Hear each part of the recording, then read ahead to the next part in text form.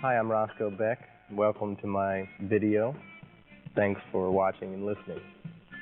When the opportunity arose to do this video for REH, I had to think about what I might like the central theme or the idea to be, and what I might say to other players, and what I might have to offer other players at different levels.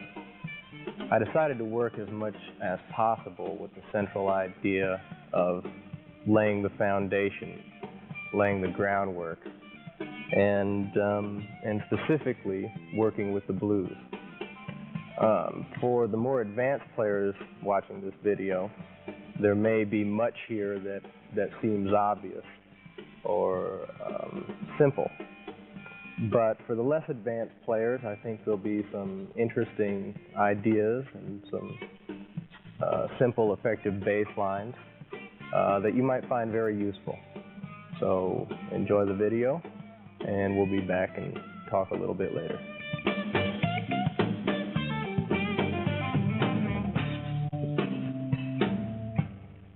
The first things we're going to play here are examples of traditional blueses. Most of what I'll be playing is based on some traditional blues song or blues style. Some of these would have originally been played on upright bass, a few of them on electric, and some of them even on guitar or maybe piano, as they're more chordal in nature. A question you may want to ask is, why blues? Why should I worry about learning this stuff? It's old. It doesn't really apply in today's music. I can only say that for me, blues has been a great source of inspiration through the years. It's the well. It's a fountain of information and knowledge that I find myself continually going back to draw from. I still listen to the same old Chess records and Argo records and King records that I listened to when I was 12 and 13 years old. And I still find new things in them. I find subtle things in the playing of people like Willie Dixon that I didn't hear before. And it's very inspiring. So I suggest listening to as many of these old records as you can. Okay, so let's tune up and we'll get started. Here's an A.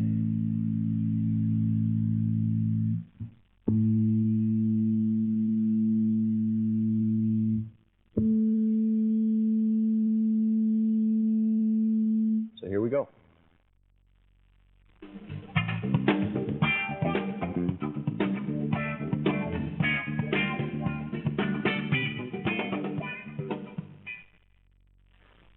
So coming up here, we're going to do a couple of very traditional sounding blueses. Some of them originally had no bass at all, maybe two guitars and a piano, and much of the old blues stuff, they didn't have a bass player.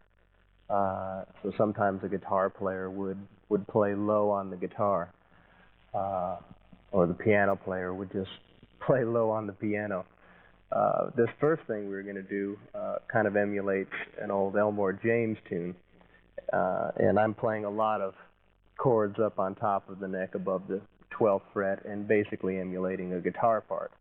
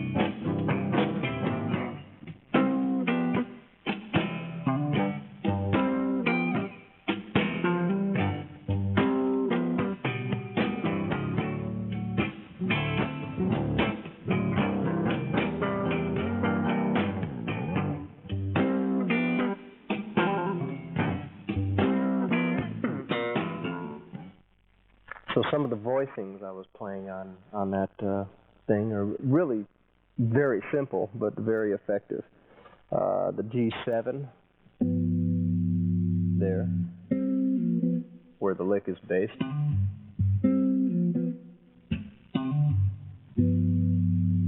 Or you could play that voicing with the 5th in if you prefer.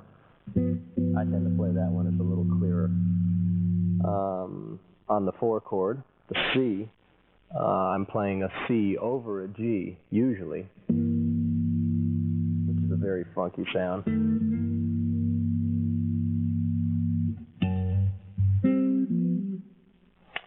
The D, the same thing, over the 5th.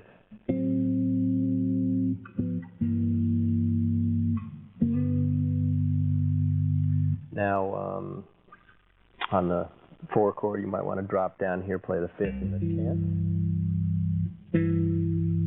Or 2nd inversion there over the E. I think I played that in there somewhere.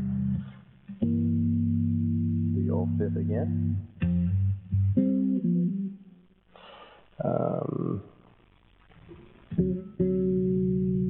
The D in the same position. You can probably even get away with playing the G chord down there. It's a little muddy, but it still sounds.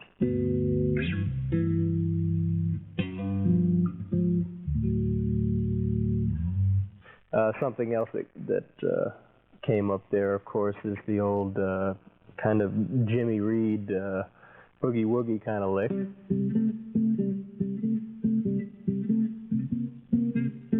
You want to throw the 7th in there, you can play it up here.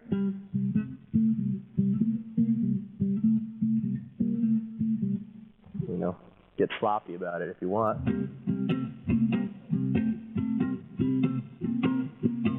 You know, make it groove a little more.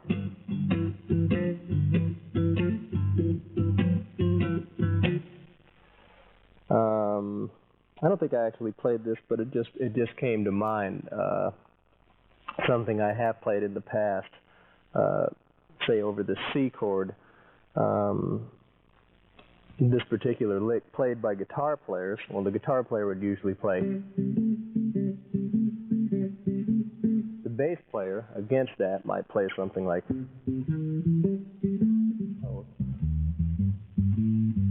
And I've been known to sometimes throw the two of them together, creating something like.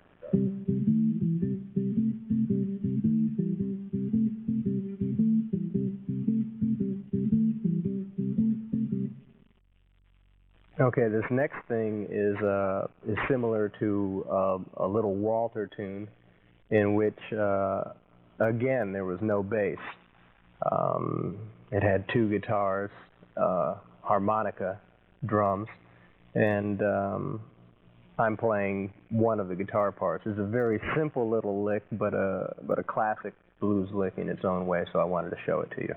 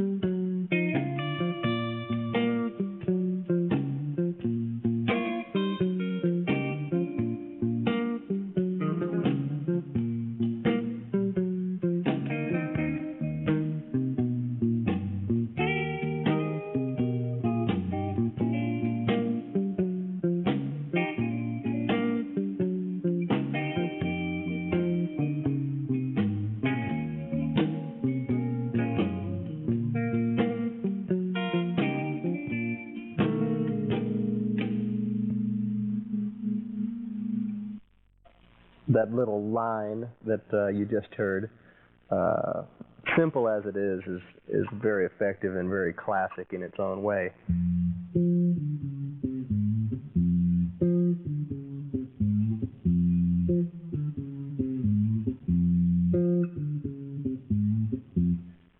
And there's a lot of lines like that actually in the blues. This one uses just a little bit of chromaticism between the sixth and the fifth. Others use even more chromaticism. Another classic line is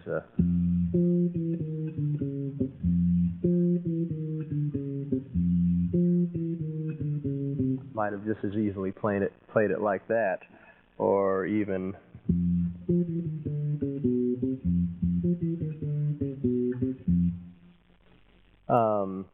and in all of these examples, the lick was played over all three of the changes, the 1 chord, the 4 chord, and the 5 chord. The same. Very simple. Okay. This next piece is, again, a very simple thing, but a classic blues form. It's based on a Sonny Boy Williamson song called Help Me. It was also used very effectively by Booker T and the MGs in a song called Green Onions. It's basically a minor blues.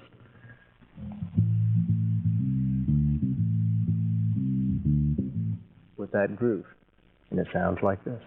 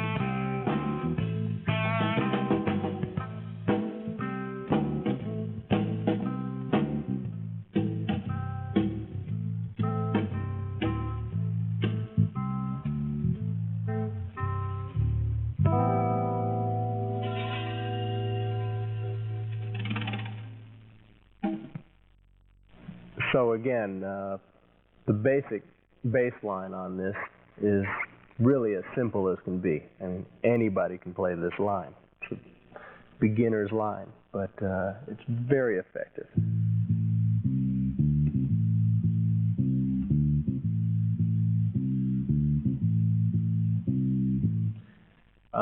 Now you can throw a few little ghost notes, few little grace notes into it, and maybe push it along a little more.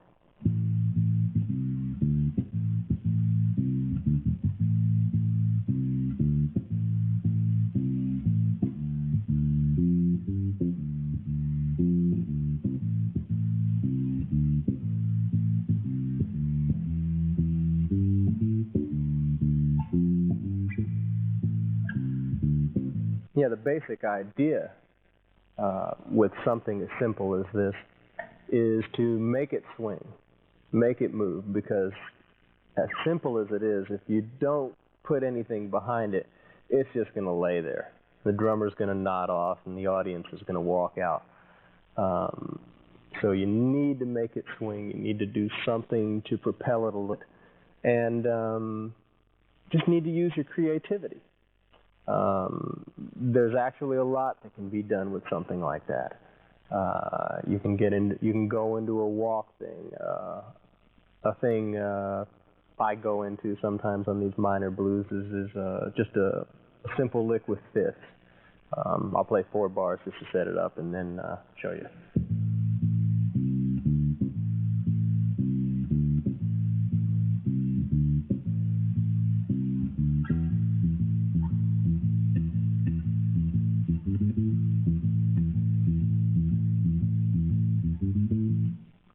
You know, something like that would kind of double up the time feel and just put a little something more behind the soloist when everything gets screaming.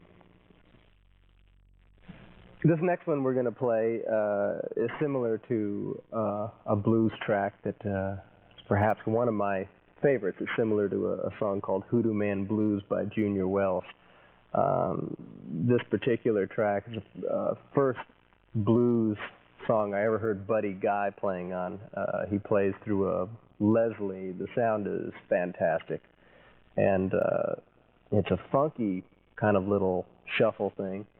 The bass line is really funky and busier than you'd expect, but still very much in the pocket.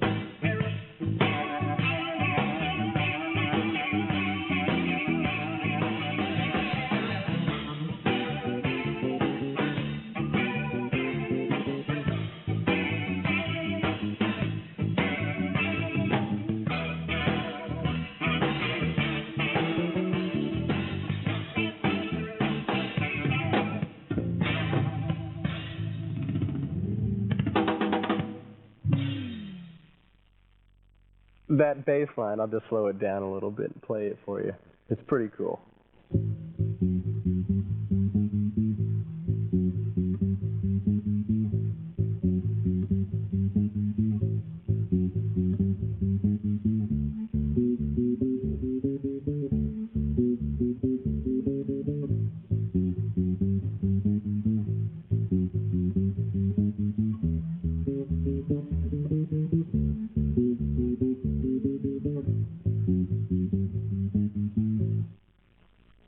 One thing that's unique about this particular bass line is you're always crossing a string, skipping a string, that is.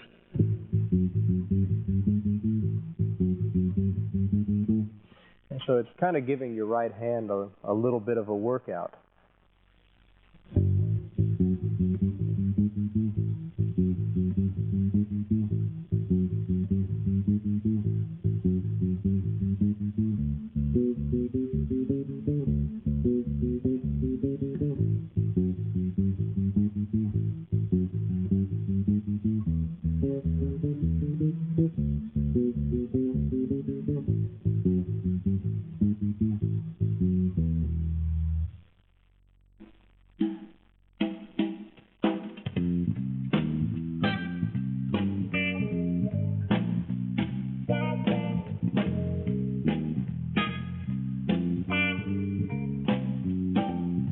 Nobody knows when it all began. This kind of trouble between a woman and man. You know the nature of a loving thing. You never want to feel that way again. And I seem to be at the heart of all your problems. You cut me to the bone. Baby, you cut me to the bone. You know how to make a man feel like you cut me to the bone. You've gone a long way from loving me. Now you're leaving me in misery. Forget about it all that we've been through. You're gonna do the things you wanna do. Then you don't wanna hear a single word I'm saying. Me to the bone. Baby, you cut me to the bone. You know how to make a man feel like the way you cut me to the bone.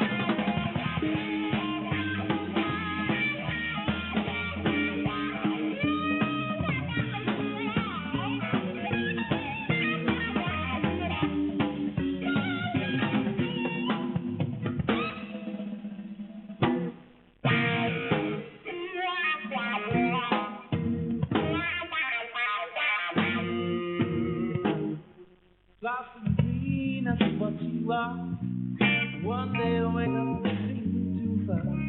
Now with the sunshine, it will be from the rain. But it was never meant to be in vain. And you don't want to hear the word I'm saying.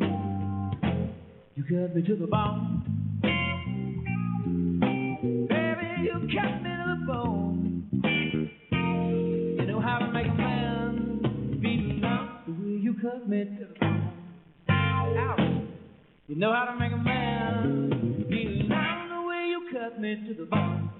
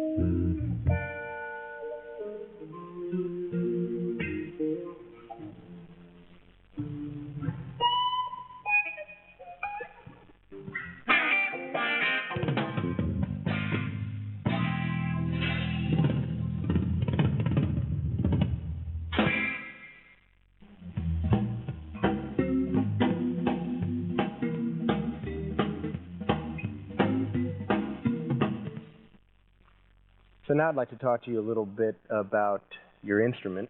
Specifically, we'll talk about my instruments, and then you can think about yours. It's something that I've spent a lot of time and effort, a lot of years struggling to perfect, just getting a certain sound, a certain feel.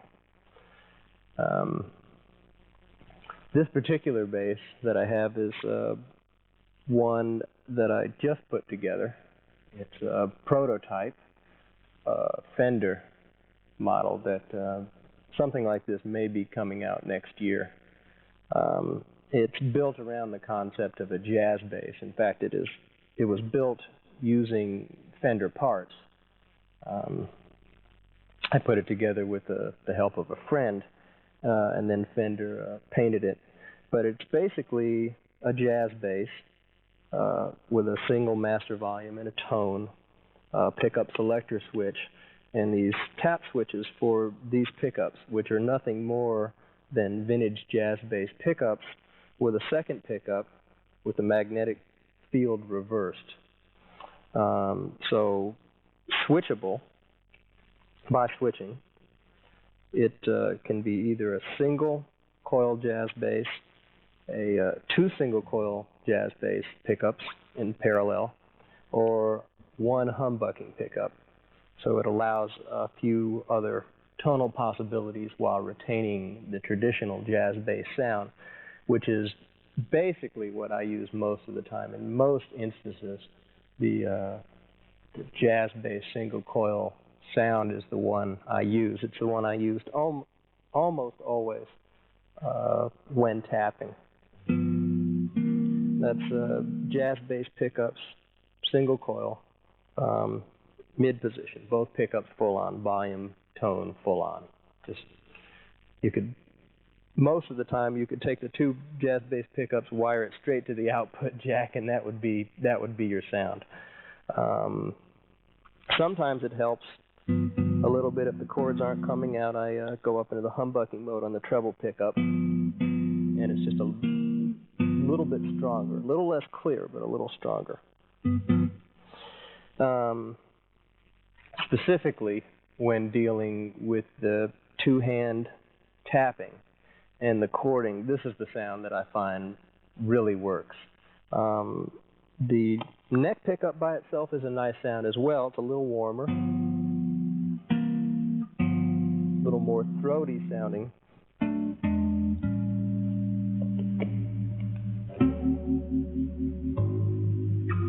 But it's lacking in top end a little bit. So it's the mid position that I use the most. This is something that people ask me about all the time. In fact, it's the most common question I'm asked after every gig is, how do you get that organ sound? And so I guess I'll go ahead and divulge it. First of all, what I always tell people is it's the instrument. It's the instrument first and the way you play it. Simple as that. The rest of it, they want to know, well, what's the vibrato? What's the chorus? Are you using reverb? And the answer is yes. Sometimes just chorus, sometimes just the reverb, sometimes both. But it starts and ends right here. The rest of it is really secondary. You have to have round wound strings to pull this off. And your instrument has to be set up very well. You have to have just the right amount of relief on the neck, just a slight amount. If you have too much, it's going to be too hard to play. If you have too little, you're going to fret out when you do it. So the instrument has to be absolutely perfectly set up. It's best to have good frets. Refret the instrument as often as you can afford it, and as often as it will take it, within reason. New frets, new strings, set up right, and then you're ready to apply your technique. So the left hand strikes the string pretty much in the same place you'd normally fret. That is, just behind the fret.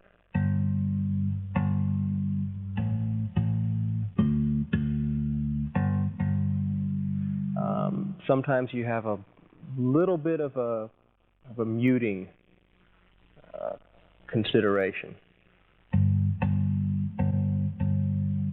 And the other fingers of the left hand can be used for that if needed.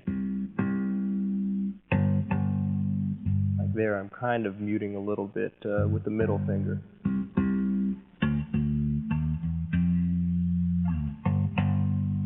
But most of the time, if the attack is good, if it's well played, it will carry.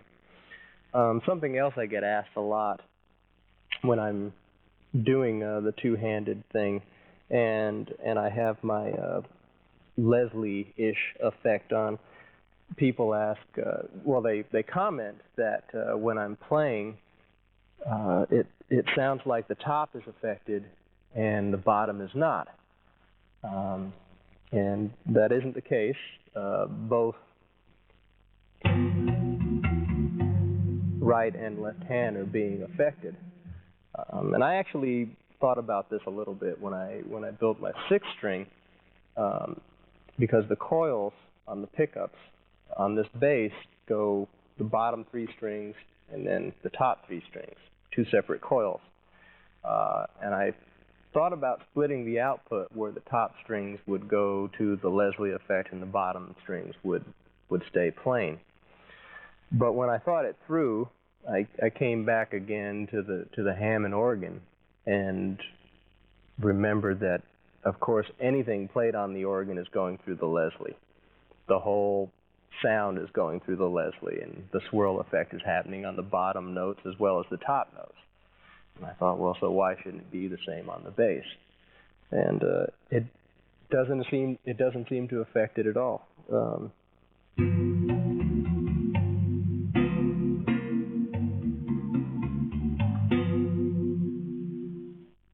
In the right hand, again, it's just necessary to get a clean attack.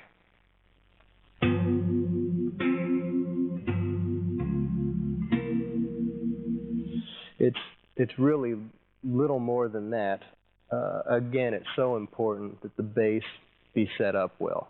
The notes have to be clear when you attack them, and they have to ring. They have to sustain.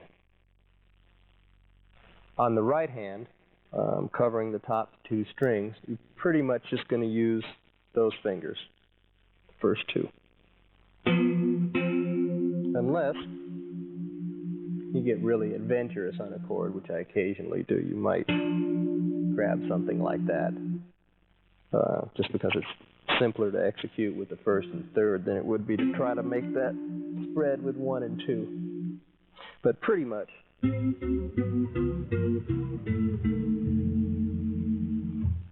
these two, that's all you need.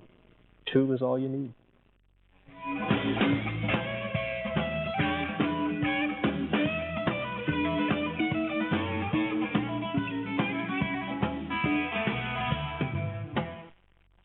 So this next thing we're going to do is in the style of an Albert King song called Crosscut Saw. For the first time, I'll bring in some of the two-hand technique that I use with the band. We are a trio, and so there's a lot of space for chordal work and for this two-handed work.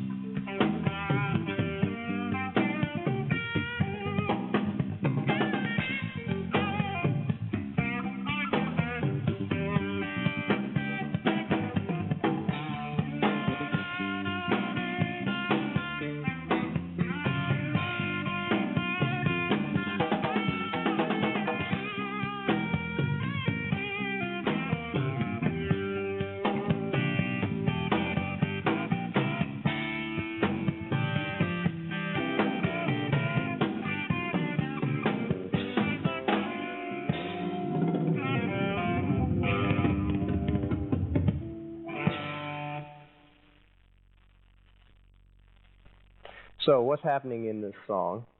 The left hand is playing pretty much the traditional bass part. The right hand is tapping. Of course, both hands are tapping. The right hand is tapping the horn arrangement, actually, as accompaniment for the soloist. So the left hand is doing something like this.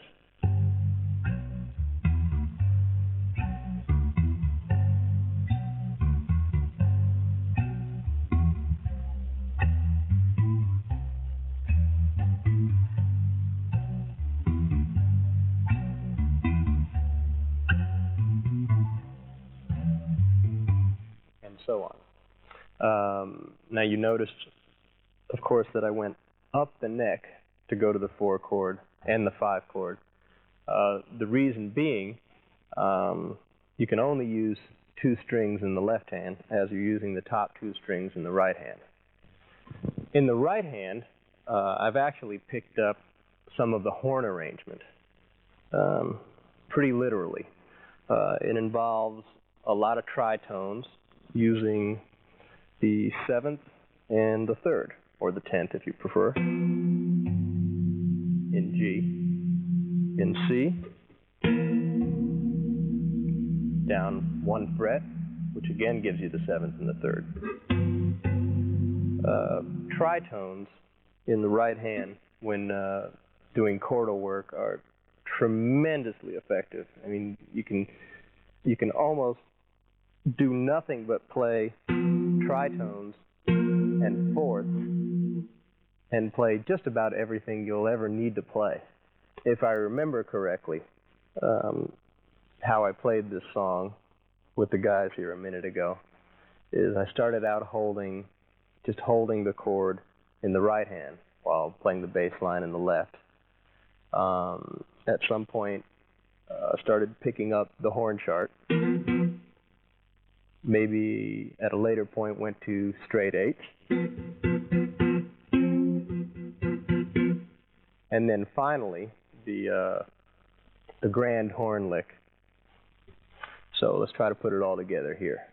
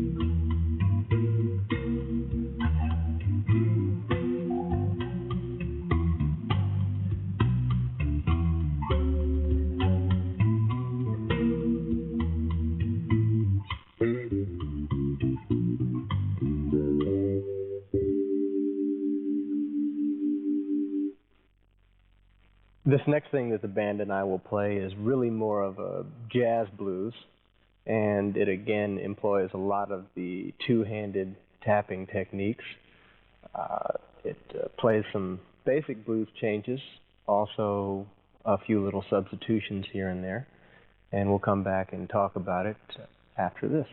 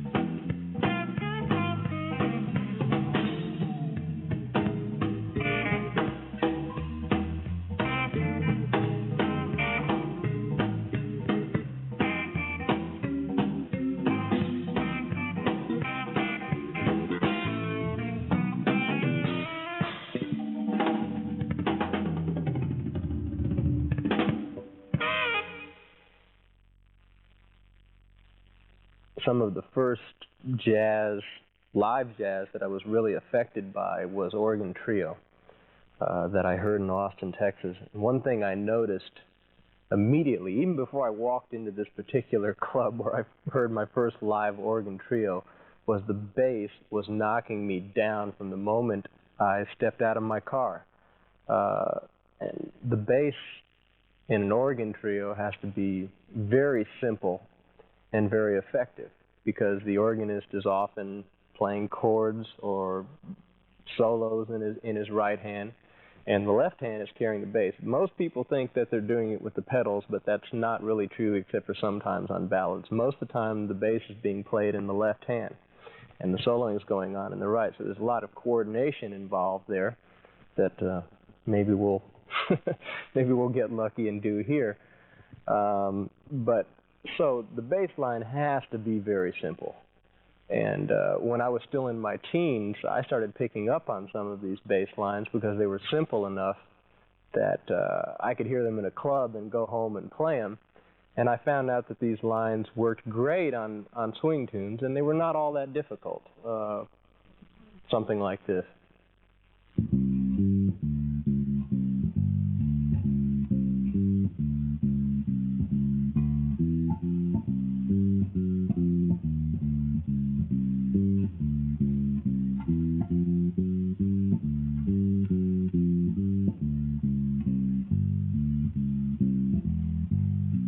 And even that is probably more playing than the organ player would actually do.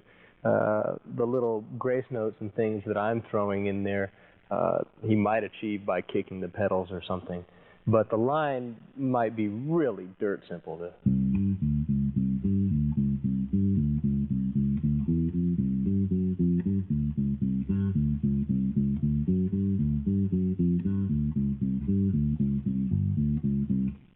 Really that simple, but it still swings. You know, if you put the feel behind it, if the drummer's cooking along and the solo is burning, that works. So again, I'm employing a lot of these very simple, basic bass lines in my left hand so that I can bring in some chordal work into the right. So here we'll roll a little bit of drum machine, and I'll give you an idea of what my left hand might do first. 1, 2, 1, 2, 3.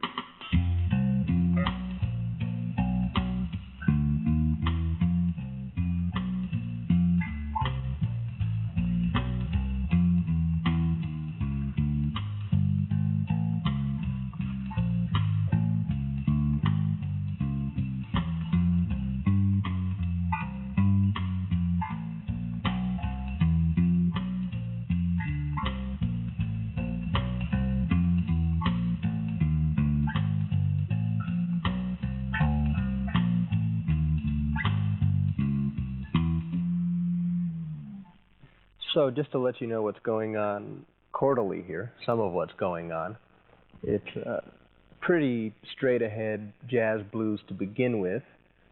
1, 4, 1, then 3, 6, 2, 5. Sometimes the 3 chord is minor. Traditionally, I believe it's minor.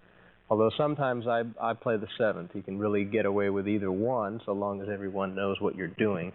So in this particular case, in the key of F, the A could be either an A7 or an A minor 7. The D is always going to be a 7. The G chord, again, could be a G minor 7 or a G dominant 7. The C is always going to be a C7. Of course, any of these could be altered. But we won't be outlining that here most likely.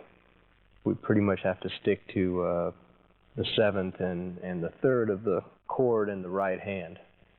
So here's the basic chords that we're playing on this blues. F7, B flat 7, F7 again, back to the 4, B flat 7, F7, A minor 7, D7, G minor 7, C7, F7, or the turnaround again, A minor, B, G minor, C, F. Sometimes the 3 chord, you might play a dominant 7, and the 2 chord also could be dominant. In fact, I do that a lot. And then, of course, we can also do substitutions when you go to the 6, for instance. Now, this is leading to the G dominant 7. However, just as easily play a C sharp or D flat 7, leading to the C7. There's a lot of substitutions available. And fortunately, we can get them all with our tritones here.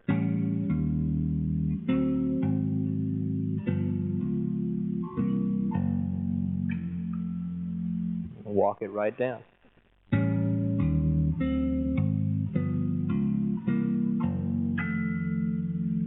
Which is one way you can walk. So another chord progression that I played, and I believe it was in the 3rd chorus, involved a few more chord changes, and it's in your book. It went something like this. F, E minor, A7, D minor 7, C sharp minor or D flat, C minor, F7, B flat 7. Now here's the rub.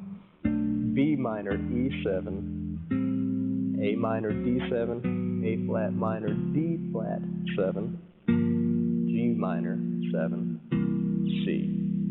Now either to the F or back to the 3-6-2-5-1. So now I'll play this blues for you one more time using the drum machine, a little more slowly than we did it with the group, and let you look at some of these chord changes. 2, 1, 2, 3.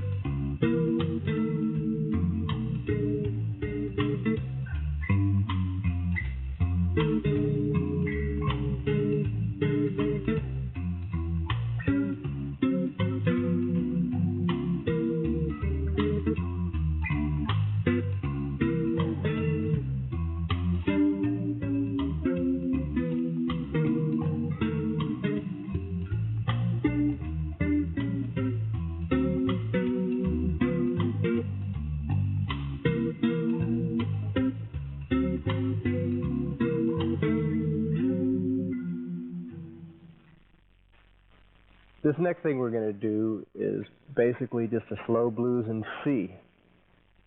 Before we jump off and do that, I can tell you that playing a slow blues in a trio on the bass can be one of the more harrowing experiences you'll ever have, especially if you're given a solo. Blues solos on bass is in itself a harrowing experience, and one I haven't quite recovered from yet, but nevertheless I'm going to try to do a little bit of solo for you up front, use a little bit of chords, and maybe then we'll come back and talk about what we did.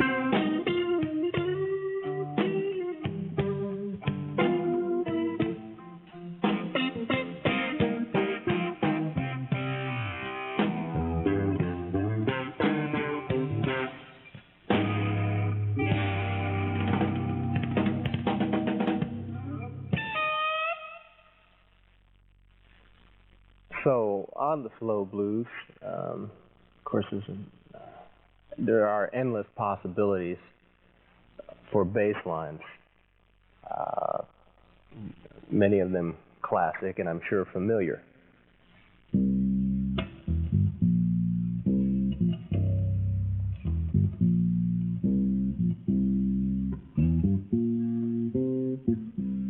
Is one, very familiar. Another one would be something like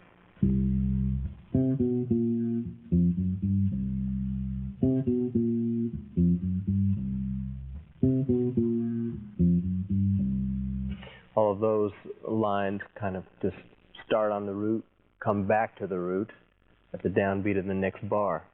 And then, of course, there's just a slow walking bass line.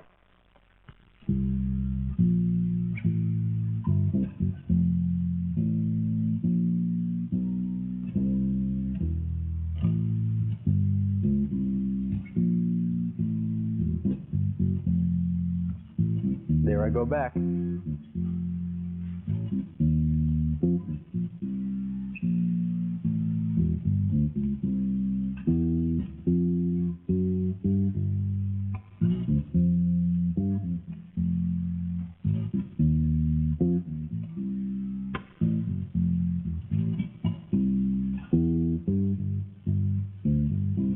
And so on. There's so many possibilities there, and of course it's open to your own creativity and desire.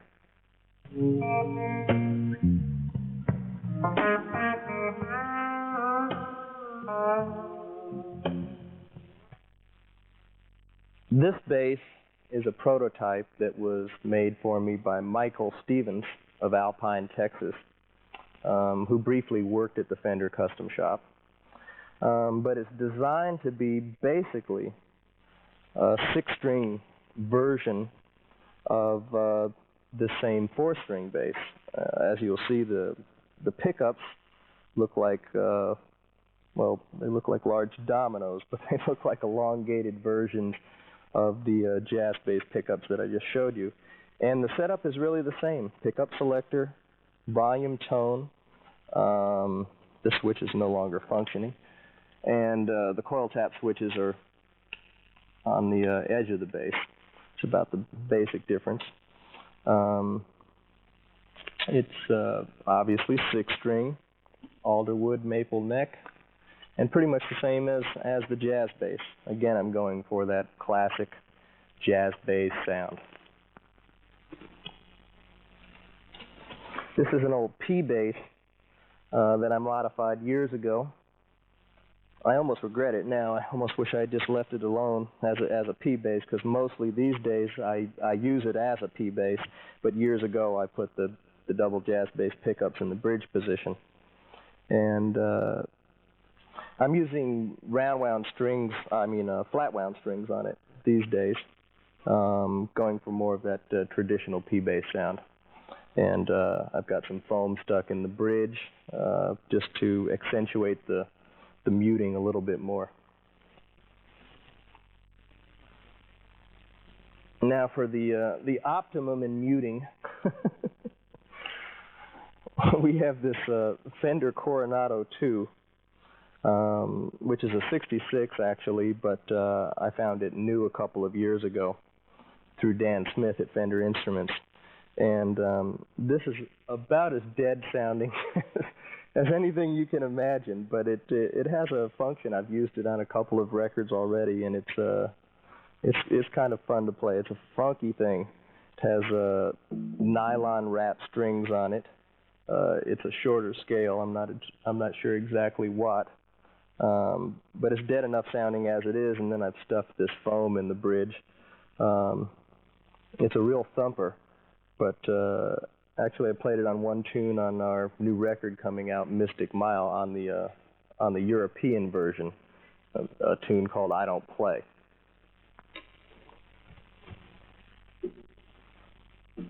Rounding out what I have here today is just a stock 66 jazz bass, and this is just one of several that I have actually. but I use this bass on 2 Eric Johnson records and various studio things that I've done with Robin. It's completely stock 66, and the pickups are just slightly microphonic. It's the brightest bass I have. It sounds great. I love it.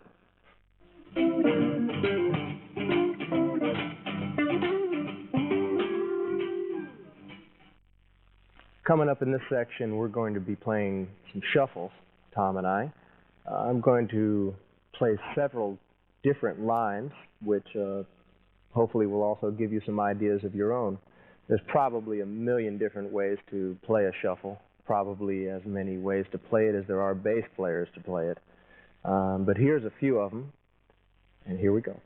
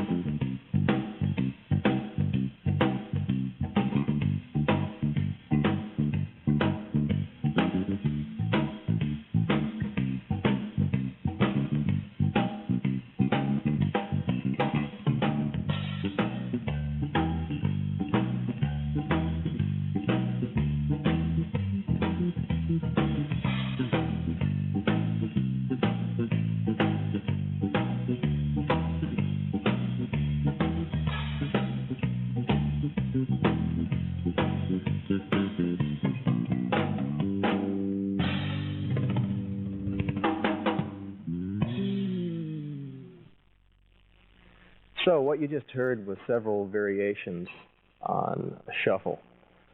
The first thing we played was what I call a stride feel. I've also heard it called a Texas shuffle, and probably other things, tune names or whatever. But it's basically a lazy feeling line, just simply going 1, 3, 5, 6. You can push it along a little bit with your right hand, the use of grace notes.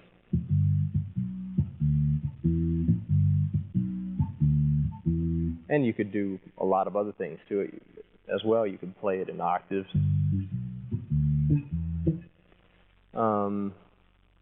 But it's a feel more than anything.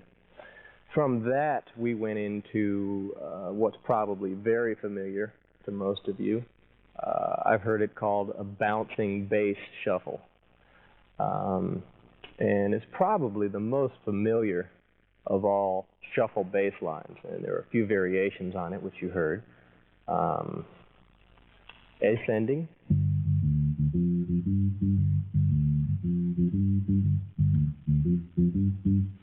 and descending,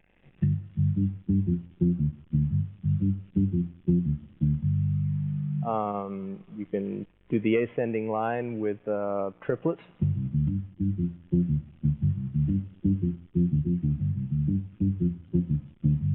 And so on. Then we went into just the single note bouncing bass.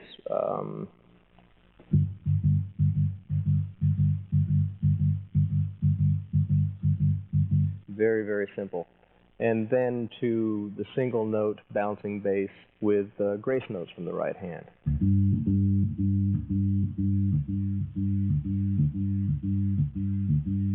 And then to fifths. Use of the fifth scale degree, that is.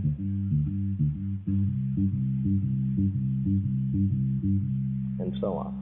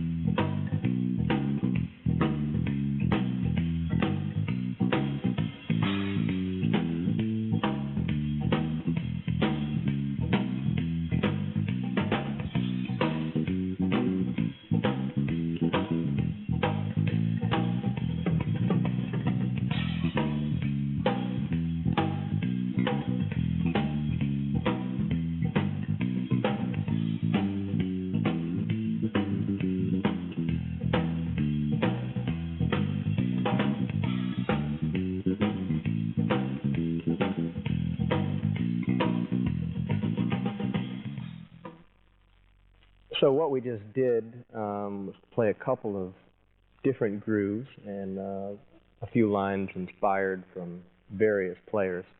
The first thing was inspired by the bass work of Willie Dixon. Pretty basic line, employing a lot of triad.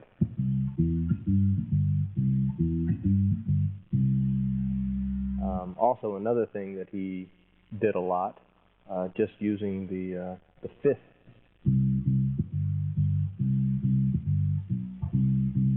putting them together. From there, we went into a line that I find myself using a lot. There's something kind of humorous about it, and I like it. It's a chromatic sounding line, as you heard.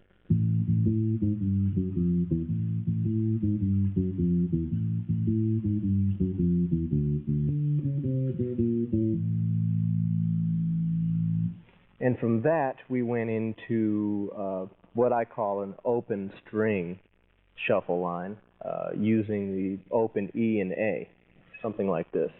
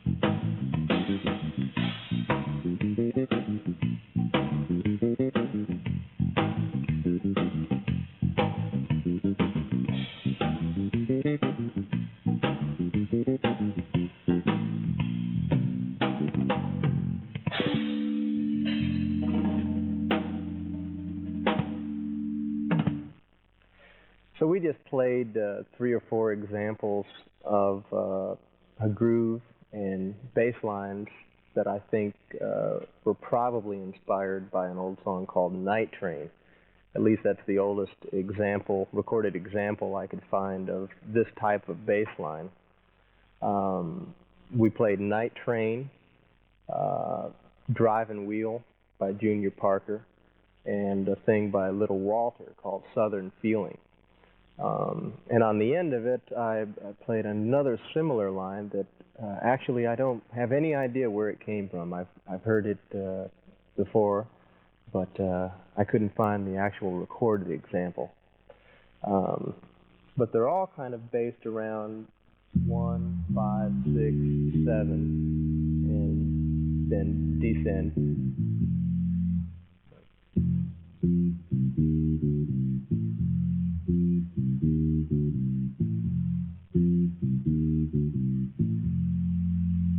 Drive and Wheel is something like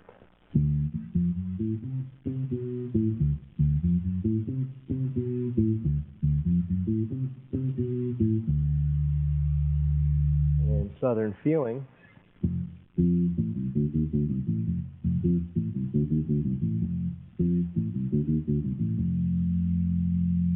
and then there was the last one that we played, which is the unknown one, but it's something like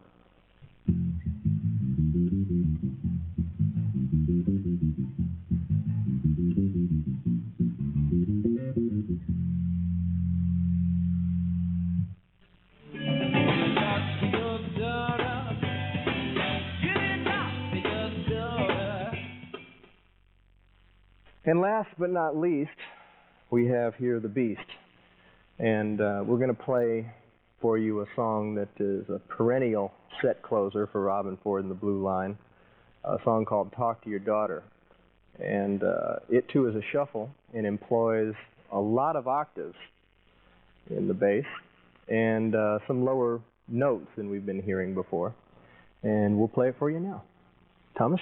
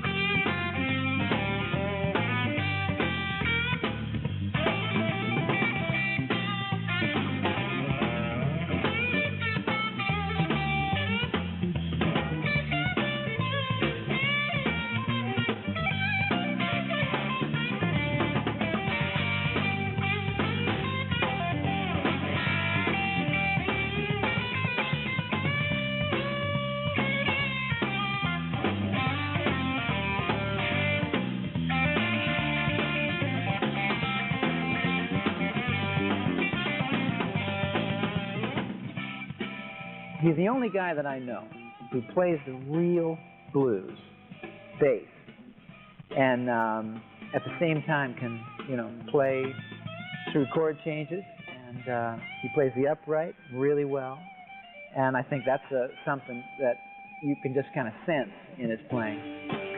So the versatility, you know, great time, and all those roots, you know, that's what I look for.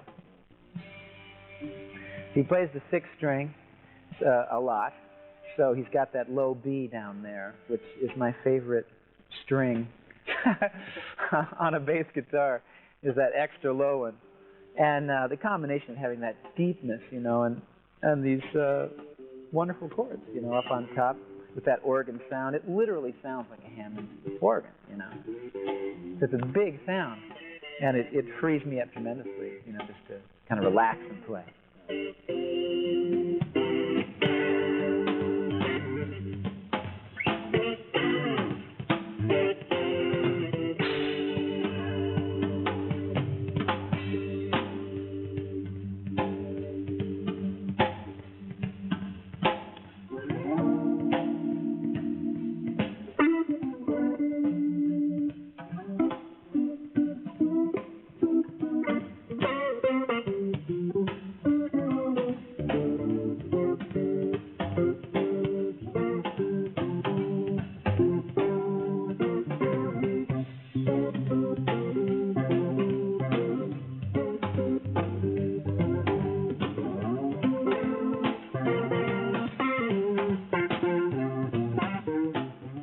So that's the end of the video.